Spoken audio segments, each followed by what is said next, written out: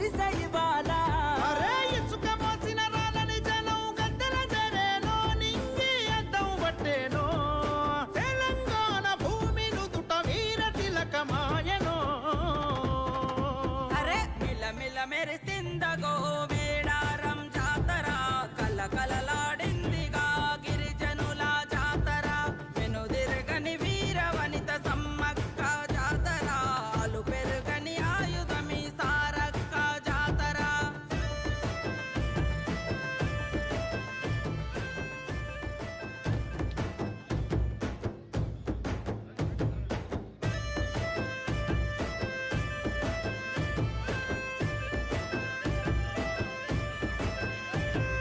తూర్పు దిక్కుల్లా సమక్క అడవి దుక్కుల్లా సరక్క పొత్తులైనరో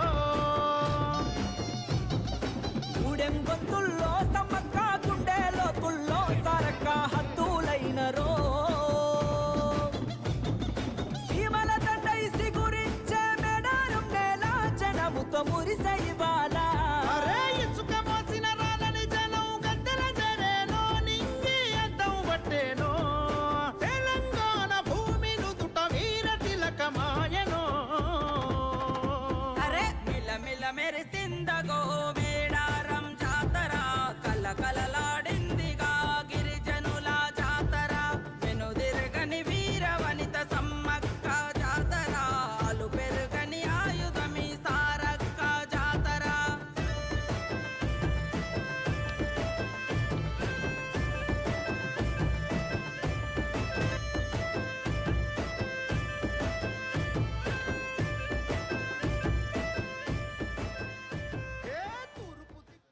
ఇప్పటికే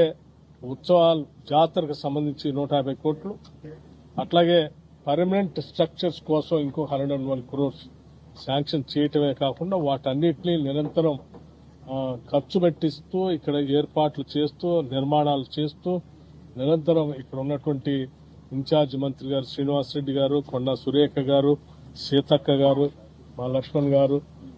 వీరంతా నిరంతరం మానిటర్ చేస్తూ పనిచేస్తూ వీటి నిర్మాణ కార్యక్రమాలు చేస్తూ ఉన్నారు. వారన్నీ చేసేటువంటి కార్యక్రమాలన్నీ కూడా ఇంకా ఎక్కడైనా ఏమైనా ఇబ్బందులు ఉన్నాయా, చేయాల్సిన ఏమైనా అవసరం ఉందా, కావాల్సిన నిధులు అటువంటి వ్యవహారాలు నిధులన్నీ సక్రమంగా ఖర్చు జరుగుతుందా లేదా, చేయాల్సిన పనులు వాటన్నిటిని కూడా అధికారులతో సహా ఇక్కడే రివ్యూ చేసి ఇక్కడికిక్కడే నిర్ణయాలు కూడా చేయాలనేటువంటి ఆలోచనతో ఈ సమావేశం ఇక్కడ ఏర్పాటు చేయడం జరిగింది. చక్కగా జరుగుతూ ఉన్నాయి, మంచిగా చేశారు. ఇంకా కొద్ది పనులు ఇంకో 2-3 రోజుల్లో కంప్లీట్ కాబోతా ఉన్నాయి. వీటన్నిటి వల్ల